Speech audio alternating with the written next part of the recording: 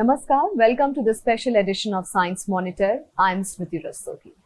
The pandemic of COVID-19 has given rise to many challenges at different levels. The Department of Science and Technology is playing a pivotal role in preparing India in dealing with these challenges. What S&T efforts are being made by the department and how it will empower India. To discuss these in detail, we have with us today Professor Ashutosh Sharma, Secretary of the Department of Science and Technology. Sir, a very warm welcome to our show.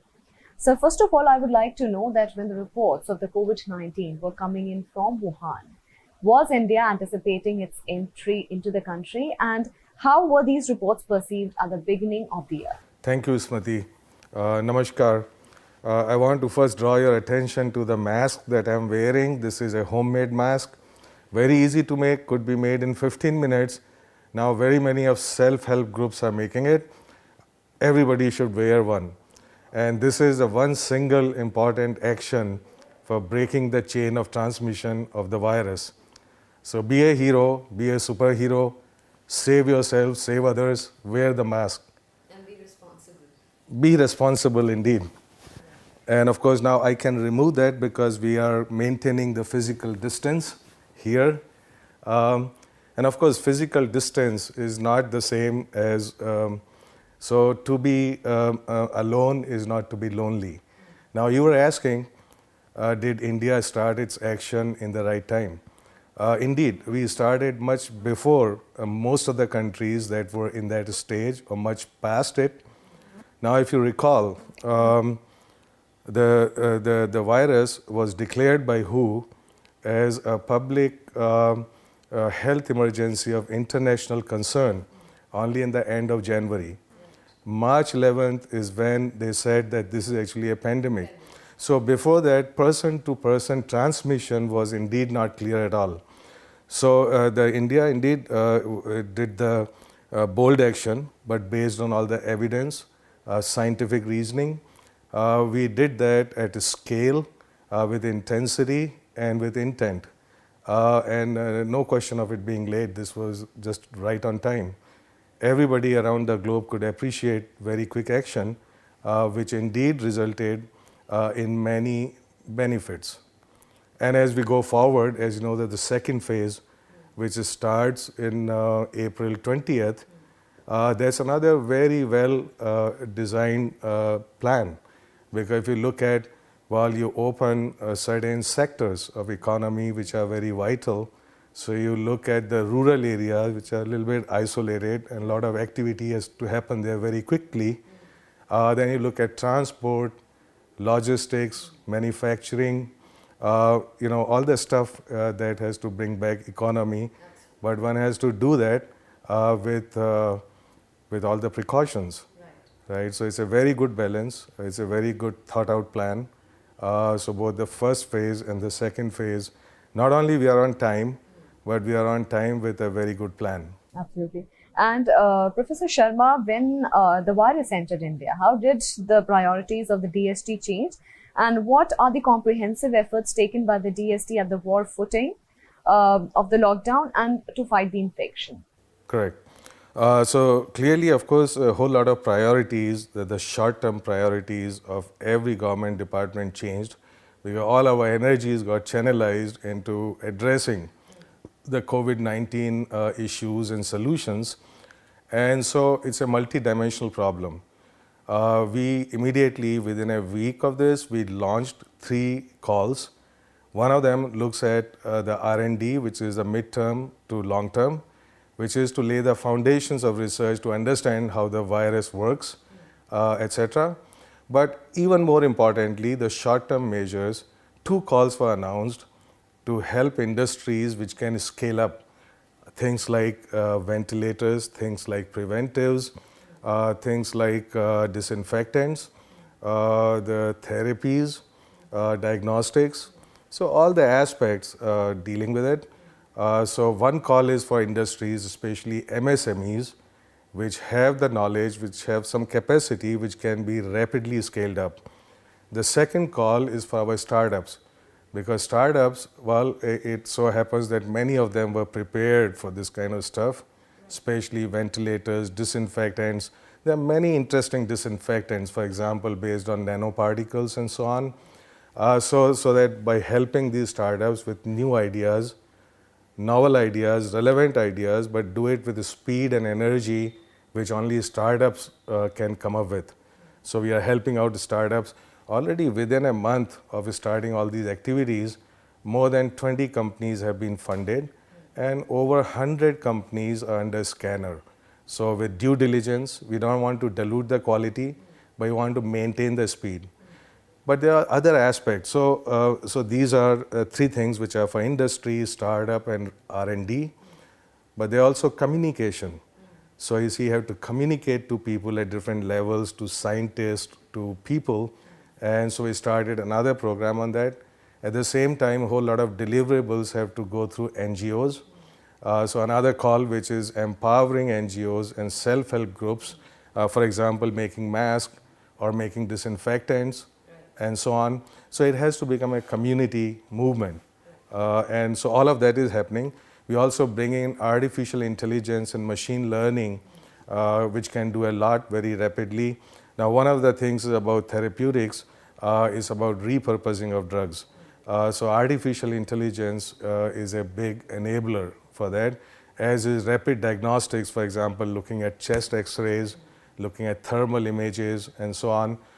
So it's a war on several fronts.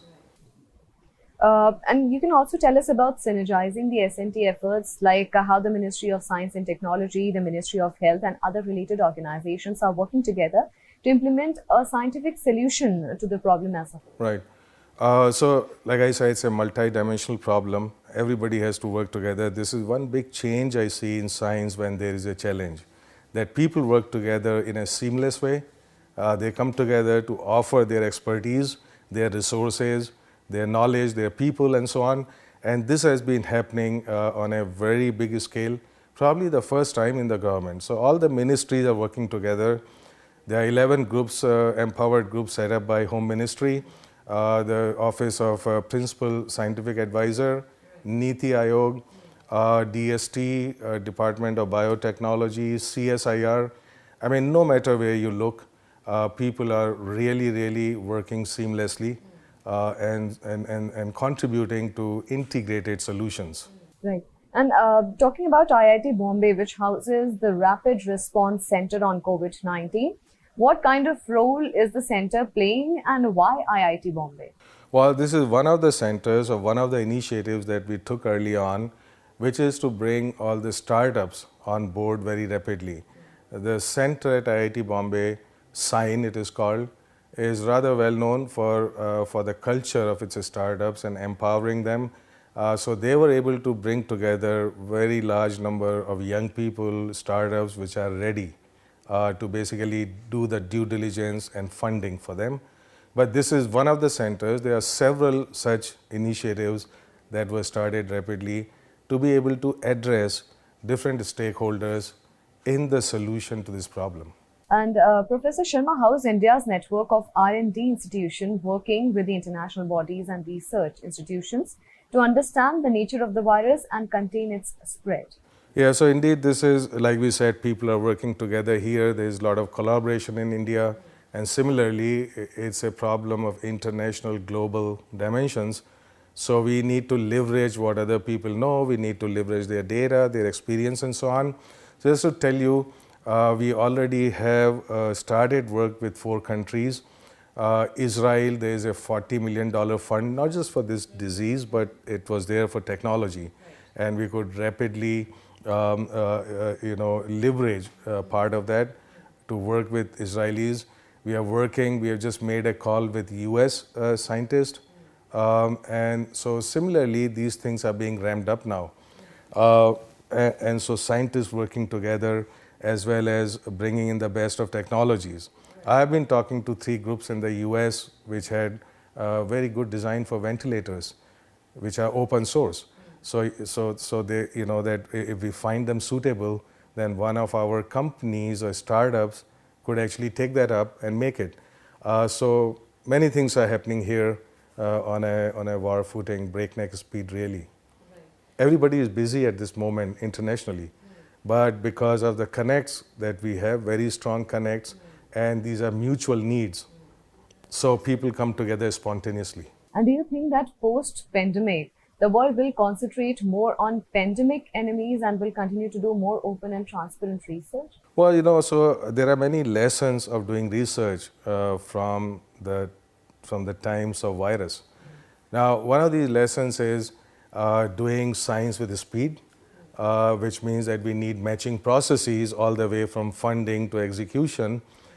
This is about bringing out the latent infrastructure and human resources in the system. Just to give you an example, we found that there are about more than 150 PCR machines which have been given by DST over years for research in different universities and so on.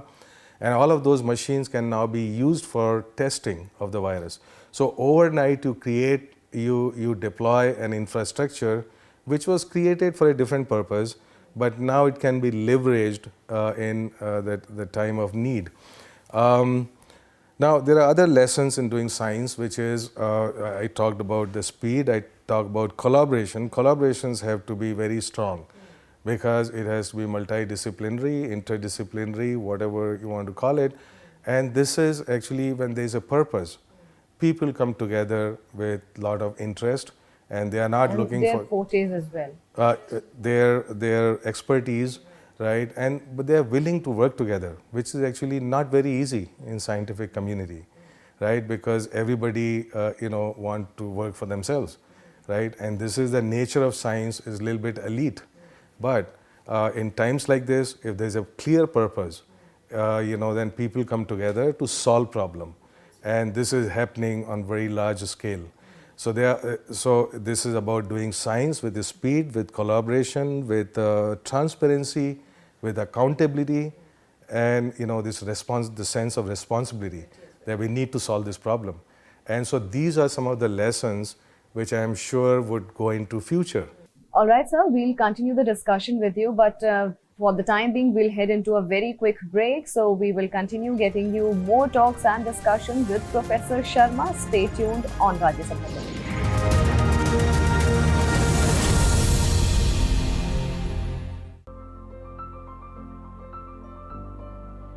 कोविड-19 क्या है?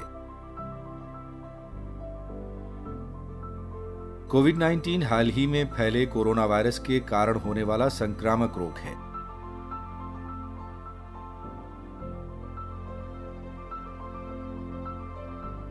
दिसंबर 2019 में चीन के Wuhan प्रांत में इसका प्रकोप शुरू होने से पहले तक इस नए वायरस व बीमारी के बारे में कोई जानकारी उपलब्ध नहीं थी।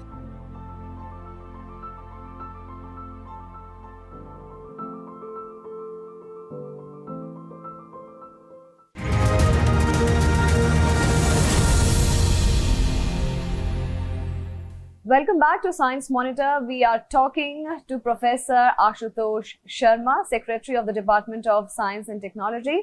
Sir, how has the Indian industry responded to the need to convert existing technologies into products suitable for the specific pandemic and situation? Well, I mean, the response has been very, very strong. Of course, there have been some logistics issue during the total lockdown.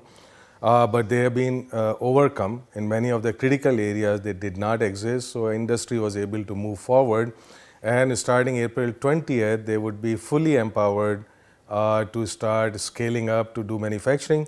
Meanwhile, even small industries, MSMEs, for example, they have been looking at designs, they have been designing, they have been talking to people, so they know what they want to make and how they're going to make it. So I'm very happy that this would happen with some speed. And industry has been very responsive, as well as the Association of Industries like CII and FICCI have been giving very valuable advice, and they have been in fact sending us the details of many companies who we could connect with, that we could support. And indeed we found that there are very deep strengths in Indian industry. Especially in the time of need, they can really do wonders, and you would see actually that happening. Professor Sharma, infodemics and misinformation are one of the biggest challenges in tackling the problem of COVID-19. Can we overcome these problems with artificial intelligence? Well, so it's not a challenge only for COVID-19. The fake news and what's called the manipulated news and stuff that happens more and more in technology era. And a whole lot of it happens, for example, that so-called deep fakes and stuff, that happens through artificial intelligence, that happens through machine learning.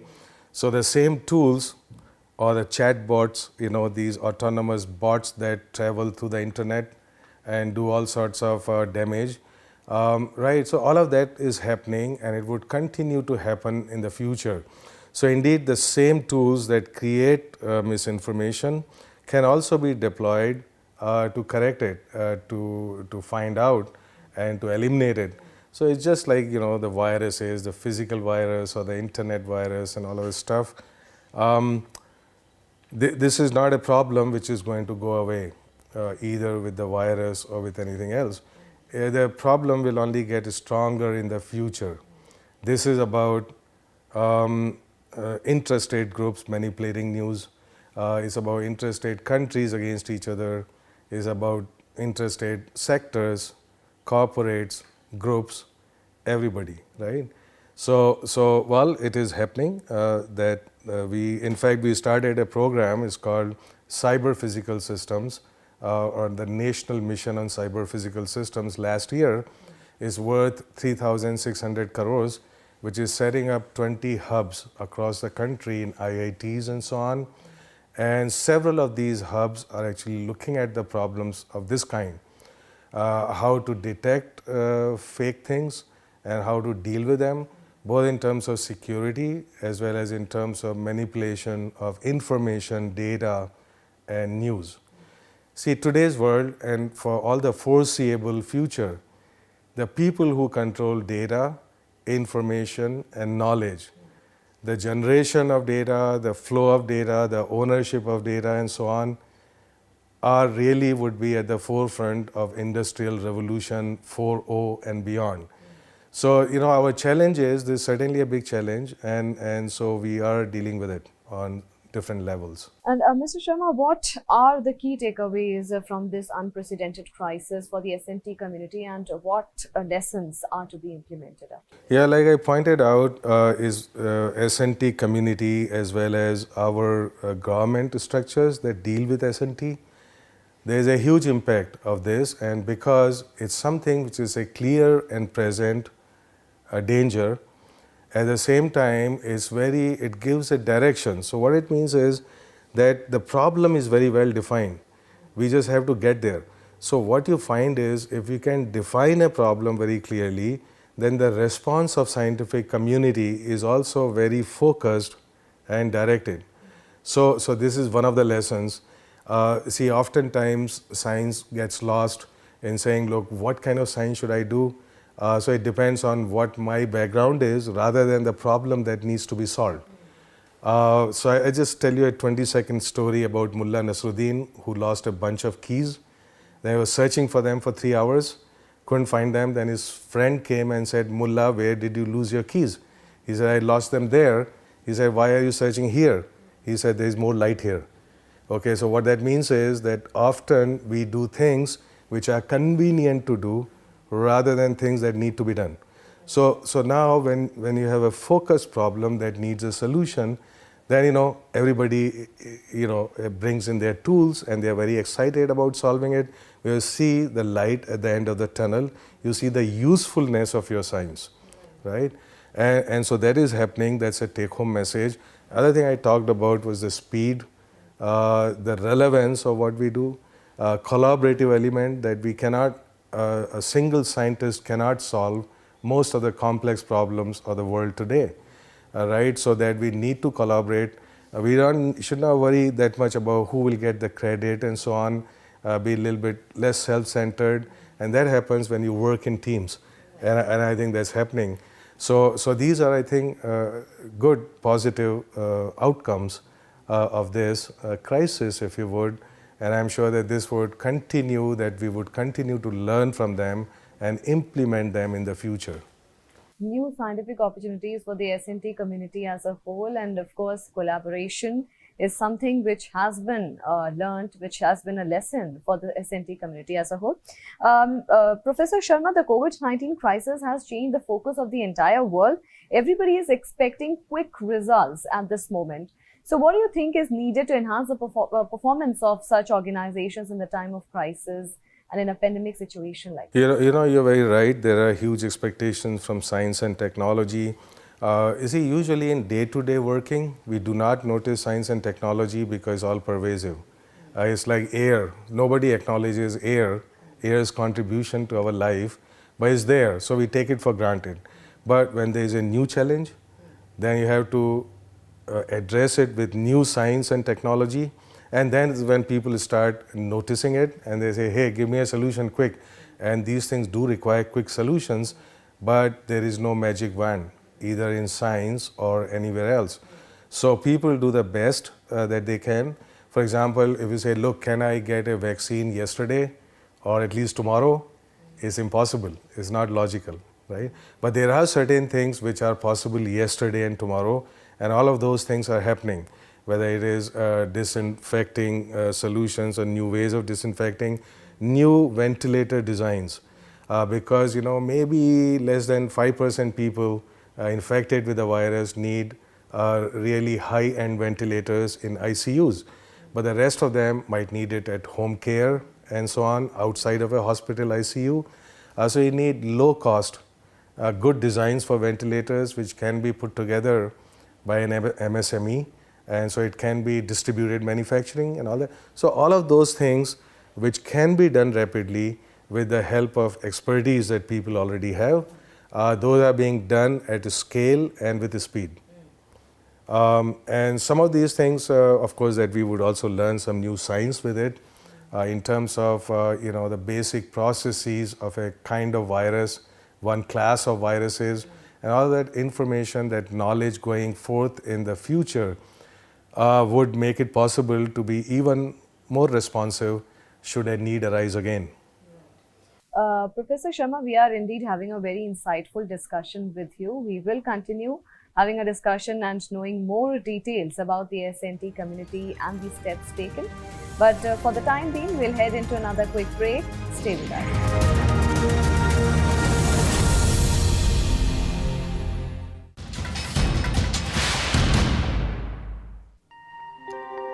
Social distancing यानी एक दूसरे से दूर रहना, अपने घरों में ही बंद रहना, कोरोना से बचने का इसके अलावा कोई तरीका नहीं है, कोई रास्ता नहीं है। कोरोना को फैलने से रोकना है तो उसके संक्रमण की जो साइकिल है, उस साइकिल को तोड़ना ही होगा।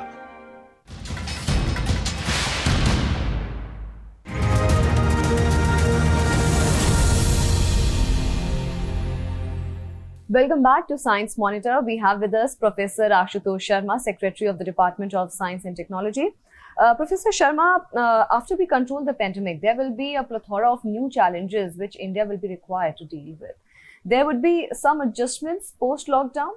What will be the strategy of the science and technology in India post the lockdown? So clearly we have to focus very tightly on the lost time and to be back on the path of growth very, very rapidly.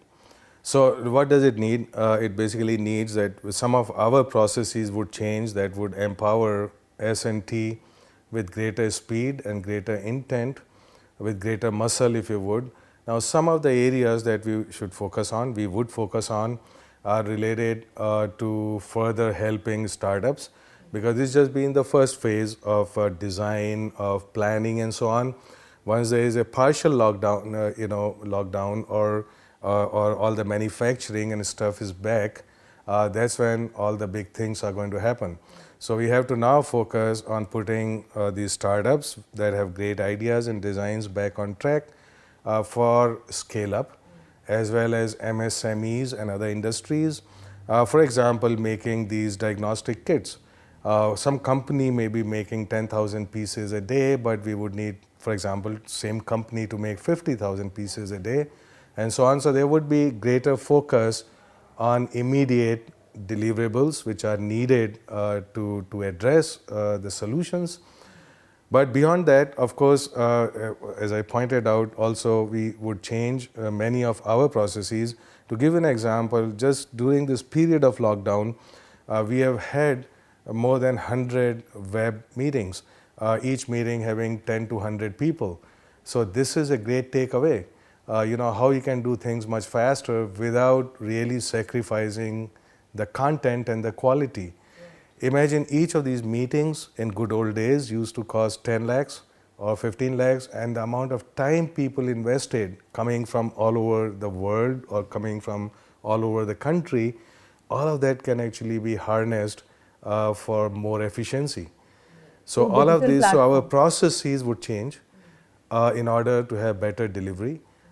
The near-term focus clearly would be on delivering things which are required, whether it is PPEs, whether it is protective gear of all kinds, whether it is addressing very, very many different needs of COVID-19. You see, even after the virus goes away, many of the issues that we would face in the future would fully remain there.